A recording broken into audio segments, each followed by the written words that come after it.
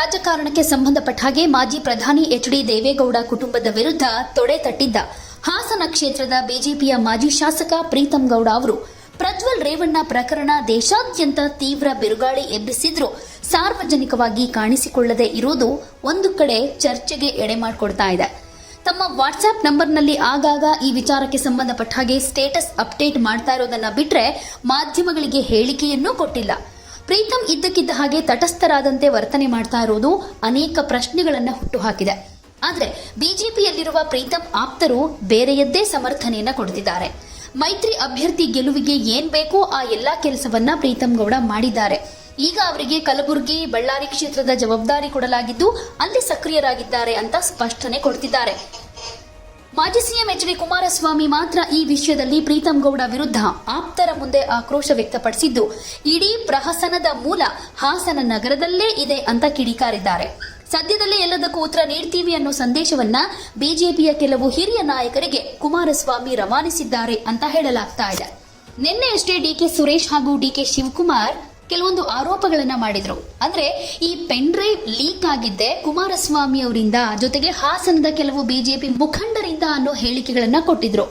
ಈಗ ಪ್ರೀತಂ ಗೌಡ ಸೈಲೆಂಟ್ ಆಗಿರೋದಕ್ಕೂ ಪ್ರಜ್ವಲ್ ವಿಚಾರದಲ್ಲಿ ಏನು ಪೆನ್ ಡ್ರೈವ್ ಲೀಕ್ ಆಗಿ ಅನೇಕ ವಿಡಿಯೋಗಳು ವೈರಲ್ ಆದ್ವೋ ಇದೆಲ್ಲದಕ್ಕೂ ಏನಾದ್ರೂ ಲಿಂಕ್ ಇದೆಯಾ ಅನ್ನೋ ಅನುಮಾನಗಳು ವ್ಯಕ್ತವಾಗ್ತಾ ಇದೆ. ಯಾಕಂದ್ರೆ ಮುಂಚಿನಿಂದ ಪ್ರೀತಂ ಗೌಡ ಅವರಿಗೆ ಪ್ರಜ್ವಲ್ ರೇವಣ್ಣ ಅವರು ಮೈತ್ರಿ ಅಭ್ಯರ್ಥಿಯಾಗುವುದು ಇಷ್ಟ ಇರಲಿಲ್ಲ.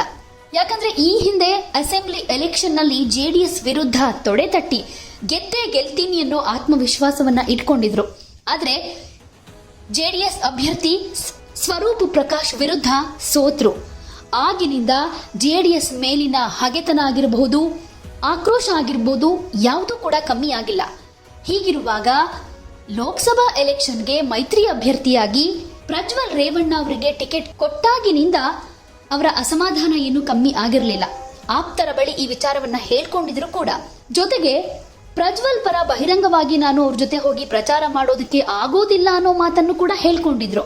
ಬಿಜೆಪಿ ವರಿಷ್ಠ ನಾಯಕರು ಹೇಳಿದ್ರು ಕೂಡ ಈ ವಿಚಾರದಲ್ಲಿ ಪ್ರೀತಂ ಗೌಡ ತಮ್ಮ ನಿಲುವನ್ನ ಚೇಂಜ್ ಮಾಡಲಿಲ್ಲ. ಆದ್ರೆ ಅಭ್ಯರ್ಥಿ ಗೆಲುವಿಗೆ ಬೇಕಾದ ಸಹಕಾರವನ್ನ ಕೊಡ್ತೀನಿ, ನಮ್ಮ ಕಾರ್ಯಕರ್ತರು ಅವರ ಜೊತೆ ನಿಲ್ತಾರೆ, ಪ್ರಚಾರ ಮಾಡ್ತಾರೆ, ಗೆಲ್ಲಿಸ್ತೀವಿ ಅನ್ನೋ ಮಾತನ್ನ ಹೇಳಿದ್ರು. ಅದ್ ಬಿಟ್ರೆ ಪ್ರಜ್ವಲ್ ರೇವಣ್ಣ ಪರ ಪ್ರಚಾರಕ್ಕೆ ಎಲ್ಲೂ ಕೂಡ ಬಹಿರಂಗವಾಗಿ ಕಾಣಿಸ್ಕೊಂಡಿರ್ಲಿಲ್ಲ. ಇಷ್ಟೆಲ್ಲ ಬೆಳವಣಿಗೆಗಳಾದ ಮೇಲೆ ಈಗ ಪೆನ್ ಡ್ರೈವ್ ವಿಚಾರ ಸದ್ದು ಮಾಡ್ತಾ ಇದೆ. ಹೀಗಾಗಿ ಪ್ರೀತಂ ಗೌಡ ಅವರು ಕೂಡ ಈ ವಿಚಾರದಲ್ಲಿ ಯಾವುದೇ ಪ್ರತಿಕ್ರಿಯೆಗಳನ್ನು ಕೂಡ ಕೊಡ್ತಾ ಇಲ್ಲ, ಸಾರ್ವಜನಿಕವಾಗಿ ಎಲ್ಲೂ ಕೂಡ ಕಾಣಿಸ್ಕೊಳ್ತಾ ಇಲ್ಲ. ಮೈತ್ರಿ ಅಭ್ಯರ್ಥಿ ಪ್ರಜ್ವಲ್ ರೇವಣ್ಣ ಅಂತ ಅನೌನ್ಸ್ ಆದಾಗ್ಲಿಂದ ಕಾಂಗ್ರೆಸ್ಗೆ ಹೋಗ್ತಾರೆ ಪ್ರೀತಂ ಗೌಡ ಅಂತಾನೂ ಹೇಳಲಾಗ್ತಾ ಇತ್ತು. ಈಗ ಪ್ರಜ್ವಲ್ ರೇವಣ್ಣ ಅವರ ಇಮೇಜ್ ಡ್ಯಾಮೇಜ್ ಆಗಿದೆ. ಒಟ್ನಲ್ಲಿ ಮೈತ್ರಿ ಅಭ್ಯರ್ಥಿ ಪ್ರಜ್ವಲ್ ರೇವಣ್ಣ ಅಂತ ಅನೌನ್ಸ್ ಆದಾಗ್ಲಿಂದ ಪ್ರೀತಂ ಗೌಡ ಅವರು ಬಿಜೆಪಿ ಪಕ್ಷವನ್ನ ತೊರೆದು ಕಾಂಗ್ರೆಸ್ಗೆ ಹೋಗ್ತಾರೆ ಅಂತ ಹೇಳಲಾಗ್ತಾ ಇತ್ತು. ಮುಂದಿನ ದಿನಗಳಲ್ಲಿ ಅದಾಗಬಹುದಾ? ಕಾದು ನೋಡೋಣ.